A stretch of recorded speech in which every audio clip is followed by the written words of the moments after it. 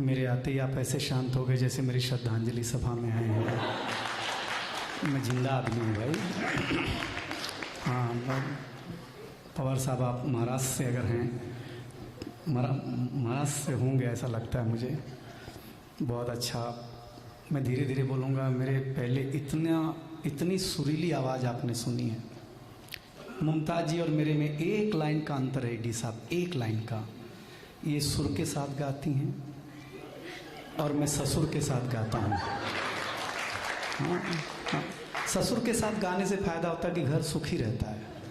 हाँ, सुर के साथ गाओ मत गाओ कोई फ़र्क ना पड़ रहा है, कोई टेंशन लेने की ज़रूरत नहीं है। दूसरी बात, रोहित जी जब आए थे माइक पर पहली बात बोले, हर साल इस कवि सम्मेलन का स्टैंडर्ड बढ़ जाता है। 4 साल से तो हम दोनों ही आ रहे हैं।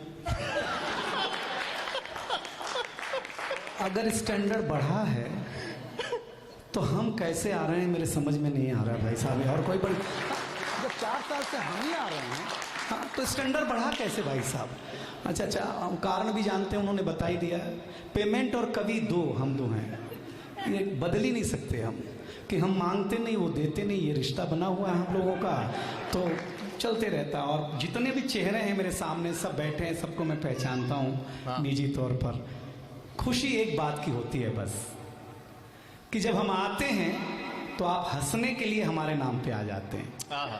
हाँ, जो आप हमें इज्जत दे रहे हैं, ये अगर हमें घर मिल गई होती,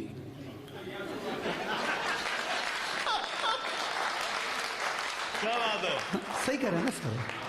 हाँ, आने की जरूरत ही नहीं है। और डिनर है, फिर भी आप कविता सुन रहे हैं, ऐसा मेरा पूरा विश्वास है। और आप सुनने के बाद भोजन लेंगे, कोई बात नहीं है। एहसान कुरैशी, ये सारे जो कवि हैं मेरे पीछे जो बैठे हुए हैं, ये अच्छे कवि हैं और मैं इनसे अच्छा कवि हूँ। अच्छा, हाँ, मैं सही बताता हूँ। मैं ईडी सर को मिलने के बाद एक बात तो पक्की हो गई, जब मैं सर की उम्र में आऊँगा तो दावा है कि मैं सर जैसा ही दिखूँगा। क्या बात है। हाँ सर, एकदम, हाँ बिल्कुल सही बताता हूँ सर के जैसा। मुझे लगा कि ये मेरे भविष्य हैं, हाँ, लेकिन इतने बड़े पद तक तो नहीं पहुँच पाऊँगा, ये भी मेरा पूरा भरोसा है। कोई तनाव लेना नहीं आप लोग, मैडम लोग बैठी हुई हैं। देखिए, खबर फैलाने के मामले में बीवियों का कोई जवाब ही नहीं है, इसलिए एक चैनल ने अपना नाम ही रख लिया है, BBC। हाँ, क्या बात। हाँ, चैनल है BBC, पूरा वो न्यूज़ ही फैलाते रहता है, कोई टेंशन की, हाँ कोई टेंशन लेना नहीं। बहुत अच्छा माहौल है, कैमरामैन भी बहुत अच्छे हैं, सारे लोग बहुत अच्छे। मुमताज़ जी का मैं फ़ैन हूँ। मुमताज़ नाम कोई नाम नहीं है, मुमताज़ नाम एक ऐसा नाम है जिसने मोहब्बत का एक ऐसा प्रतीक दिया हिंदुस्तान को, जो पूरी दुनिया देखने आती है आगरा में। भाई साहब, इन्होंने प्रेम गाया, अच्छा लगा। प्रेम के चलते इसी जोधपुर में साधु संत भी, हाँ, आप कान से नहीं ध्यान से सुनोगे तब हम आपको पढ़ावा। बहुत अच्छे। हाँ, बस कुछ नहीं समझ, आप समझ गए ना मैं क्या कहना चाह रहा हूँ। प्रेम किसी को नहीं छोड़ता है, भले जेल जाना पड़े। अच्छा, महिलाओं की खास आदत होती है, वो सिर्फ बाहर ही मीठा और बोलती हैं और गाती हैं। हाँ, मैं जरा इशारे में बोलूंगा आप लोगों को। देखिए, पुरुष और महिला में 2 लाइन का अंतर है। हाँ। पुरुष इस कान से सुनता है, इस कान से निकाल देता है। महिलाएं दोनों कान से सुनती हैं। बात पहुंच गई। और जब मुंह से निकालना शुरू करती हैं, सर ईडी सर, मैं कभी कभी सोचता हूं, भगवान की कृपा है, रावण को 10 मुंह था और वो पुरुष था। अगर वो महिला होता तो राम को बोल बोल के मार देता, बाण की जरूरत ही नहीं पड़ती। भाई साहब, क्या बात है।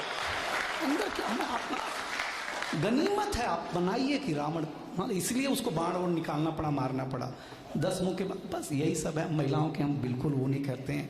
देखिए, मैं छोटी सी बात बताऊं, मुमताज़ जी को ये पूरा मंच डाइस प्रेम क्यों करता है? वो इतनी सादगी है उनके अंदर। मुमताज़ ने एक ताजमहल मुमताज़ नाम की शख्सियत ने ही दिया था। और उस ताजमहल को जिसने जब जब देखा और जैसा जैसा देखा, कोशिश की, रंग रोजन ने देखा, किसी पेंटर ने देखा तो उसको उस तरीके से लिखा, किसी शायर ने देखा तो उसे उस तरीके से लिखा। उस ताजमहल को पहली बार जब हमारे शकील बदायूनी ने देखा तो उन्होंने लिखा कि एक शहंशाह ने बनवा के हंसी ताजमहल दुनिया को मोहब्बत की निशानी दी है।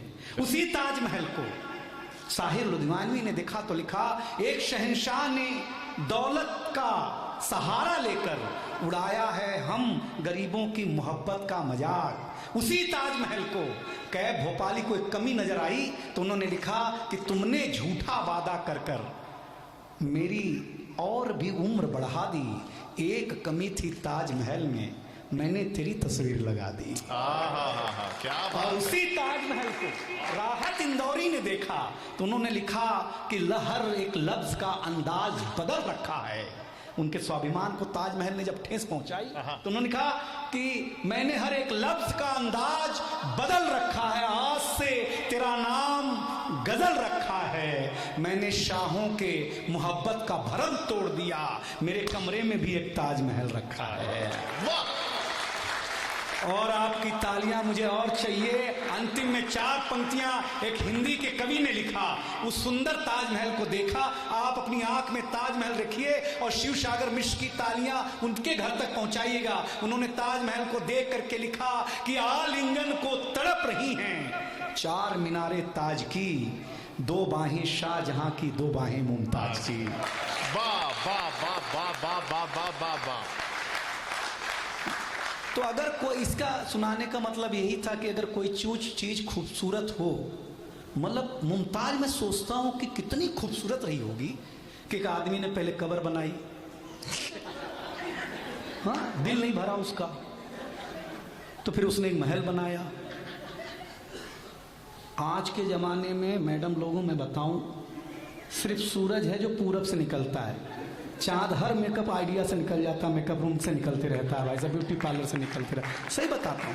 और इतने लोग बैठे हैं, मेरा दावा अगर गलत साबित हो जाए बताना, जितने पुरुष बैठे हैं स्वच्छता में भरोसा रखते हैं। अच्छा। हम महिलाएं बिल्कुल स्वच्छता में भरोसा नहीं करती हैं। हम पुरुष लोग नाई की दुकान में जाते हैं, दाढ़ी बनाते हैं, बाल कटाते हैं, आकर के तुरंत नहाते हैं, क्योंकि हम स्वच्छता में भरोसा करते हैं।